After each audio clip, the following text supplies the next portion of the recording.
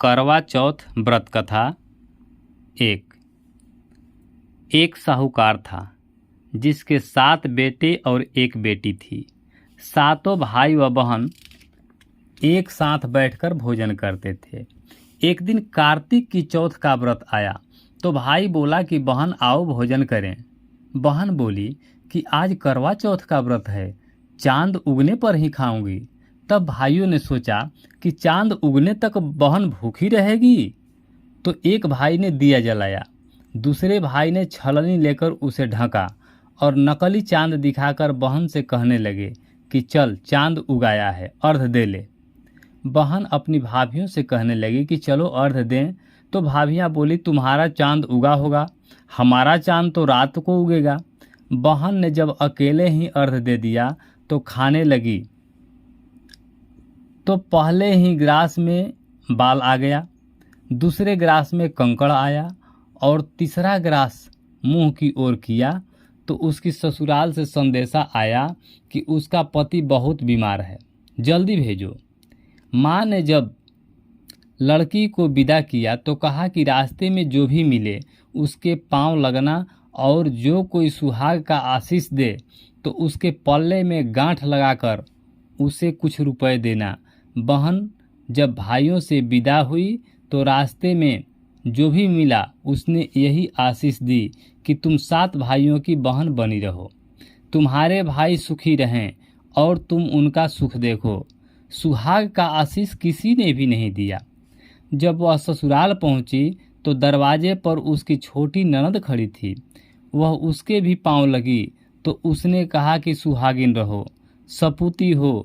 तो उसने यह सुनकर पल्ले में गांठ बांधी और ननद के सोने का सिक्का दिया। तब भीतर गई तो सास ने कहा कि पति धरती पर पड़ा है, तो वह उसके पास जाकर उसकी सेवा करने के लिए बैठ गई। बाद में सास ने दासी के हाथ बची खुची रोटी भेज दी। इस प्रकार के समय बीतते बीतते मृगशीर यानी मार्गशीर्ष, जिसको अगहन बोलते हैं, की चौथ आई तो चौथ माता बोली करवा ले, करवा ले, भाइयों की प्यारी करवा ले। लेकिन जब उसे चौथ माता नहीं दिखलाई दी तो वह बोली हे माता, आपने मुझे उजाड़ा तो आप ही मेरा उद्धार करोगी, आपको मेरा सुहाग देना पड़ेगा। तब उस चौथ माता ने बताया कि पौष की चौथ आएगी, वह मेरे से बड़ी है, उससे ही सब कहना, वही तुम्हारा सुहाग वापस देगी। पौष की चौथ आकर चली गई, माघ की चली गई, फाल्गुन की चली गई, चैत्र, बैसाख, ज्येष्ठ, आषाढ़ और श्रावण, भादो की सभी चौथ आई और यही कहकर चली गई कि आगे वाली को कहना। अश्विन यानी कुवार की चौथ आई तो उसने बताया कि तुम पर कार्तिक की चौथ नाराज है, उसी ने तुम्हारा सुहाग लिया है, वही वापस कर सकती है, वही आएगी तो पांव पकड़कर विनती करना। यह बताकर वह भी चली गई। जब कार्तिक की चौथ आई तो वह गुस्से में बोली भाइयों की प्यारी करवा ले, दिन में चांद उगानी करवा ले, व्रत खंडन करने वाली करवा ले, भूखी करवा ले। यह सुनकर वह चौथ माता को देखकर उसके पांव पकड़कर गिड़गिड़ाने लगी, हे चौथ माता, मेरा सुहाग तुम्हारे हाथों में है, आप ही मुझे सुहागिन करें। तो माता बोली पापिन, हत्यारिन, मेरे पांव पकड़कर क्यों बैठ गई? तब वह बोली कि जो मुझसे भूल हुई उसे क्षमा कर दो, अब भूल नहीं करूंगी।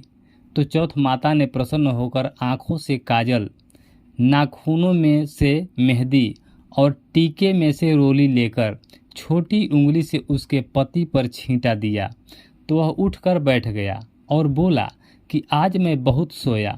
वह बोली क्या सोए, मुझे तो 12 महीने सो गए। अब जाकर चौथ माता ने मेरा सुहाग लौटाया। तब उसने कहा कि जल्दी से माता का पूजन करो।